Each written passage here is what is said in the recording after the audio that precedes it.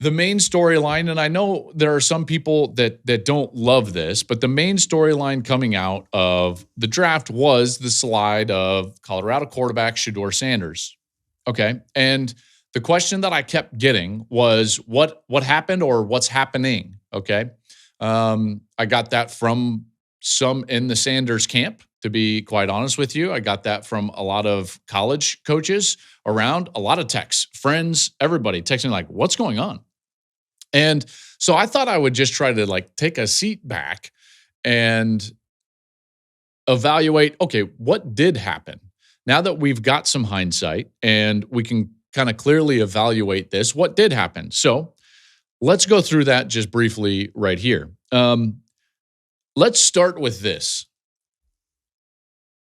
I think it's pretty clear that the league did not deem the film good enough. Okay, so I think you have to start there, because what I was assuming, and many of us were assuming, was one, that quarterbacks are going to be graded on a curve, not just graded, because the position is such a need position that you've got to take quarterbacks. This is why when you look at the first round, there's always guys overdrafted, overestimated, because the need of a quarterback is always going to trump maybe some of the flaws that you see. So I've always felt like quarterbacks are graded more on a curve than they are just graded. Every other position is just graded. Are you or aren't you worthy of that selection? Because then they can, if you're not worthy of that selection as a corner, let's say, they'll just take a defensive lineman or a wide receiver or somebody else. See, all the other positions can be kind of thrown in together, which means you're just graded. But at quarterback, the need is so great that a lot of times you're graded against the curve. And this is not disparaging to this class to say that it wasn't last year's class. That's not disparaging. I loved Cam Ward. I've told you countless times how much I've loved Cam Ward through this process, and really understood and knew he was going to go number one. There's no doubt. Now, once you get past Cam, you start evaluating these guys. I had Shedeur right there, even as kind of right there with Cam Ward. And then the others for me were a step back. Okay. So the league clearly viewed Shedeur's film a certain way, which is there were a lot of flaws in it. And that's totally fine and fair. And they were there. He does hold the ball too long and took a lot of sacks that he didn't need to take. And part of that, I think, from a fear perspective from NFL organizations, was that he wasn't processing information quick enough. This is what I was hearing from some of the guys during the draft as I was sending out texts. I was like, man, you tell me, like, what'd you see? And they're like, well, processing, holding the ball, so on and so forth. And so it's like, okay, so now you're getting past some of these top picks and you're like, this is what it is. We're expecting him in the first round, and I think everybody is. But then he gets down there and the Browns pass on him twice because they went on the clock at 2, traded back to 5, and then didn't draft him. The Giants go on the clock, don't draft him. The Saints go on the clock, don't draft him. So they take Kelvin Banks right there at the 9 spot. Now you're looking at some of these other teams, and I'm thinking to myself, like, the Steelers are the only one left. 21 is the only one left. When the Steelers pass on him and take Derek Harmon, I immediately thought to myself, like, he's not going in this round. Then the Giants trade back in, and you think, okay, wow, okay, well, what are they doing here? And they take Jackson Dart. And at that moment, boom, I was like, he's not going to get picked for a long time. This was not, hey, is someone else going to jump back in there? Because now everybody with a quarterback need had already spoken, and they had spoken loudly. And the other teams at that point are out anyways just because of their quarterback situation. So once the Giants at 25 trade with the Texans, they jump in and they take Jackson Dart, I immediately thought to myself, this is going to be a while. It's one of those like grab a Snickers moments. And so that's when it's immediately starting to be like, okay, what's really happening here? Well, what's really happening is that they didn't view his film as quite good enough to be like, for sure, first rounder, starter, maybe even right away in the National Football League. Now, you can disagree or agree with that assertion, but that's clearly what a lot of these evaluators, in particular the evaluators with quarterback needs, thought. And once the Giants selected Jackson Dart, I knew the Browns aren't even going to take him in the second round. We got into the car Thursday night, and our conversation was immediately, I don't know if he goes tomorrow on Friday, because again, all of the teams had already spoken that had quarterback needs. And once you're not getting drafted as a starter, then you're being looked at as a backup. And that's where we really get into the bulk of this story. So what really happened to Shedeur Sanders is that the league viewed him as a backup in this draft. And once you're viewed as a backup, then there's an entirely different angle that the teams are going to view and evaluate you with.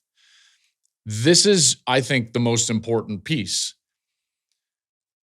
If your talent is just going to overtake some of the things that they might not like about a personality, a meeting, whatever it is, then your talent is going to overtake that.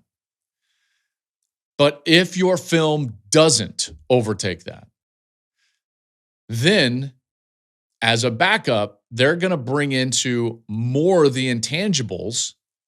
That's more a part of the equation than maybe even the play.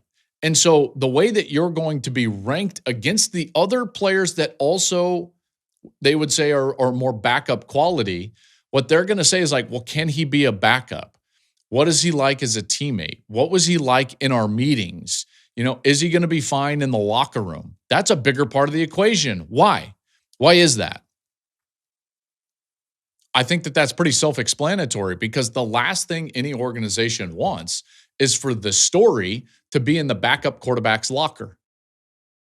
All right? And I even said this on Friday night on our desk. We had a pretty robust conversation about what was going on and why. And I brought this point up about this idea of the story being in the backup quarterback's locker is not what anyone wants. And you know, we were having a really good and healthy discussion on the desk, which I really enjoyed. And Rich Eisen brought up a point like, well, doesn't a strong coach or strong organization squash that? The problem is this is not an internal story. This is an external story. This is the same thing that happens with any of the quarterbacks that we've talked about for years, whether it's Tim Tebow or Colin Kaepernick or any of these guys. What ultimately happens is that franchises say, we don't want the story being in the backup quarterback's locker. And what ends up happening is that the story is driven by the outside, not the inside. So it's the media bringing that question to the locker room. It's the media bringing that camera and that microphone to the locker room. And then that becomes a distraction because everybody has to answer those questions. So there's no amount of organizational strength or coaching strength or leadership strength within the locker room that can prevent that story from entering the locker room, because the media is the one bringing it. So, and that's not Tim's fault or Colin's fault or Shedeur's fault, and maybe you can disagree with me on any of that, but that's what the discussion is within these NFL decision makers. You can like it, you can love it, you can hate it, you can disagree with that, but I firmly believe that that's what went on. And that's in particular what I see and will double down on once I saw other quarterbacks go off the board. And I see these other quarterbacks going to teams that are not drafting for a starting quarterback. And I'm immediately thinking to myself, okay, this is 100% about the person. Okay, it's easy to make this feel personal because it is personal. They didn't like the meetings with Shedeur Sanders, period. And I started hearing some of the same things that anonymous sources were throwing out there. And I know that I got very frustrated with anonymous sources and still do. But I was hearing some of the same things about, stories of some of these meetings and how he came unprepared and so on and so forth. And that turned some teams off. So at that point, once your film is not good enough, then that's going to matter more.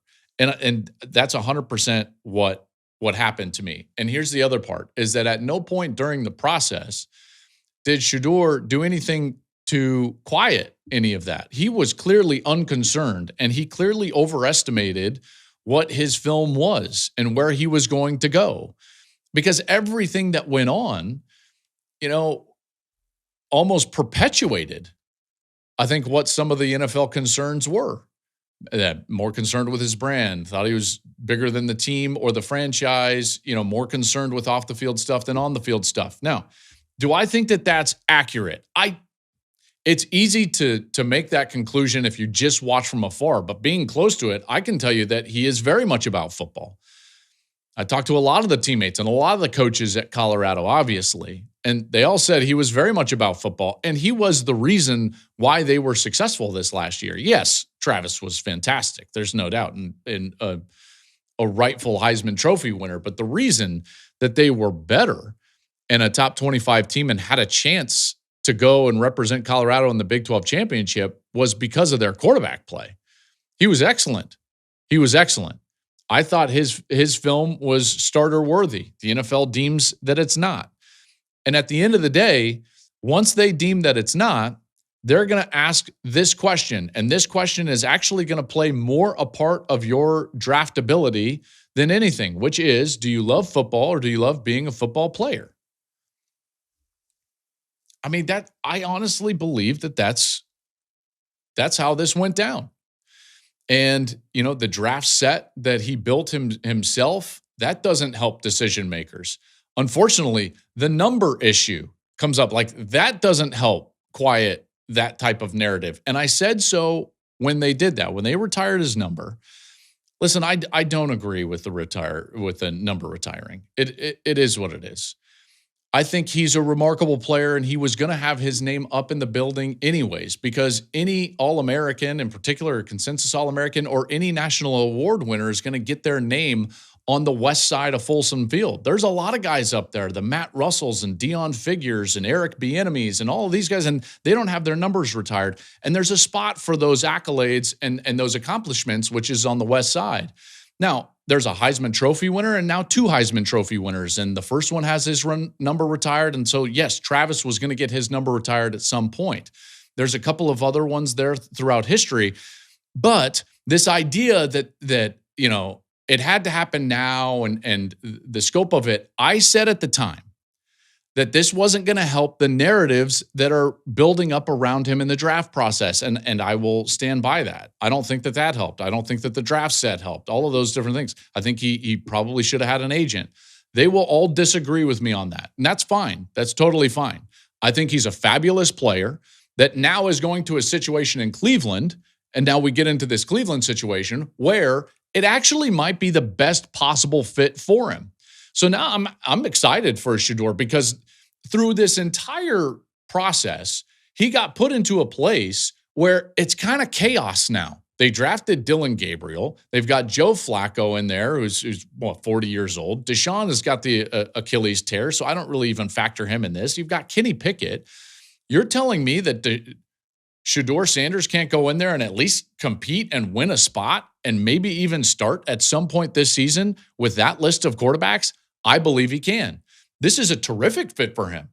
This is a terrific fit. And he's got the benefit of going through this process and potentially being humbled a little bit and refocusing what's actually important, which is the football and not all the off the field stuff. It doesn't matter what he says. It doesn't matter what he wears. It doesn't matter what he posts. It doesn't matter what he drives. The only thing that matters from this point on is what he does in the meeting rooms and on the field, period. That's it. And he's either going to create a spot for himself or he won't. And if you're asking me, at the end of the day, that's exactly the type of fit that is perfect, because now he can just go out there and let the play speak for itself. I think the Stefanski offense is perfect for him. Stefanski is it's the San Francisco, it's the Rams, it's the Packers, it's the, all these McVay, LaFleur, Shanahan. It's that style of offense. And I can tell you right now, like the quarterbacks that succeed in that offense are guys that are point guard driven, that they are more accurate than they are arm strength, that have a mind that can get the ball out quickly. And I think Shedeur can do that. And I actually believe that of that list of quarterbacks, he might be the best fit for the offense, which, again, is a really good fit for him. So now he goes there, and this would be my 2 cents. And Shedeur, you can take this or leave it. I think you are an incredible player. I really do. I know what Colorado was before you got there, and I know what they were because of you, in particular last year. I saw your toughness. I saw your accuracy. I saw everything that you brought to the table. And I would say everything that I saw on the field that you brought to the table, I want you to bring that to the table in Cleveland. Bring that toughness, bring that focus, bring that accuracy, bring that drive, bring that acumen, that football IQ acumen that I saw at Colorado. And if you leave everything else outside, guess what? That will come later. You fall in love with football, and then everything that comes with football and being great will come later. The stars with the biggest brands in our sport had to excel first. So do that, because you've got the ability to do that, and I know you do. Thank you for watching the Joel Klatt Show YouTube channel. And if you liked this clip, make sure to like it and subscribe to the channel, and you can stay up to date on all of my college football coverage.